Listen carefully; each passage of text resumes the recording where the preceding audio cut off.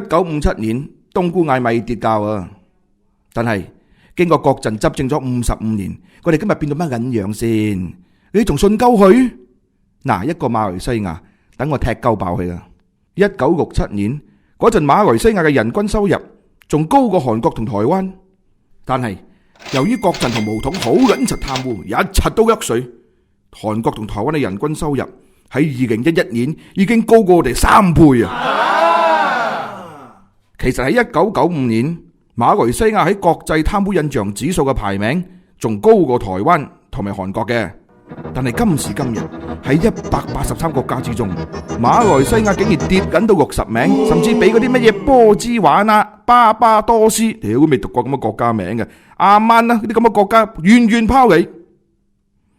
仲有喺新聞自由方面，由於國陣長期打壓新聞業，我哋喺179個國家之中排名第122位，竟然東帝汶、尼泊爾、非洲南蘇丹國仲喺我哋之上添。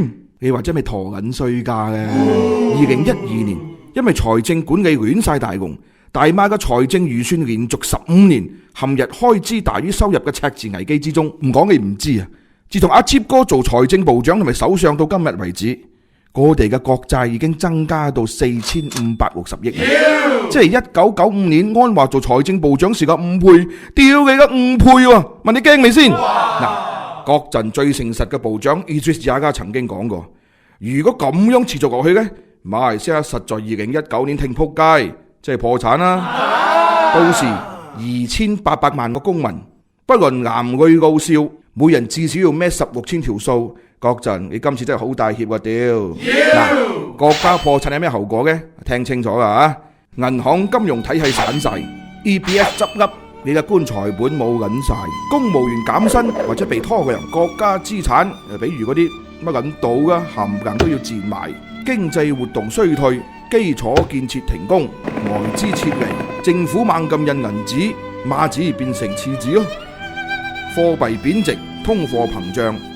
人民購買力低迷，仲有喺阿 Chip 哥擔任首相嗰幾年，馬來西亞係東南亞國家之中外資流出最緊嚴重嘅國家，撤走嘅外資，比如有 Intel、Panasonic 啊，嗱唔係 Panasonic 啊 ，Western Digital， 我哋嘅外資淨流入即係 FDI 啦，今時今日竟然仲差過菲律賓同越南喎，好似郭學年咪要出售啲糖業啊、米業啊，雲頂都滾水過腳啊！AH 總部搬到外國，因為貪污同走稅，從2000年到2009年，根據全球金融誠信組織嘅估計，大馬共有1兆700億嘅黑錢非法外流到外國。簡單啲講，真係洗黑錢。嗱，如果以人口比例嚟講呢，馬來西亞洗黑錢竟然係全世界第一名喎，好撚勁啊！其實早在2004年。美國金融嘅巨無霸叫做摩根士丹利就估計馬來西亞在馬哈迪擔任首相期間，因為貪污就令到國家至少唔見咗3800億。嗱，1兆700億加埋3800億，條數幾咁大啊！如果國陣唔貪污，真係落實民權嘅政綱，俾公務員加人工，廢除南北大道收費站，每年俾老人家派福利金，免費上網 WiFi 唔使錢。嗱。咁多着數，唔貪污咪做到咯！1967年1蚊馬幣等於1蚊星幣，但係今時今日啊，屌你老味噶，1蚊星幣竟然換馬幣2個6喎！換句話講，一個馬大畢業生每個月賺2000蚊，其實仲低過喺新加坡做外勞每個月賺800蚊。屌，真係陰鳩公！根據世界銀行報告，目前大馬有140萬人才外流，即係每10個受過高等教育嘅公民，就有2個選擇外流到外國唔返嚟，但係同一時間，馬來西亞竟然有超過400萬外勞喺度揾食，所以話我哋已經變成咗高級人才輸出國、勞動人力輸入國啦。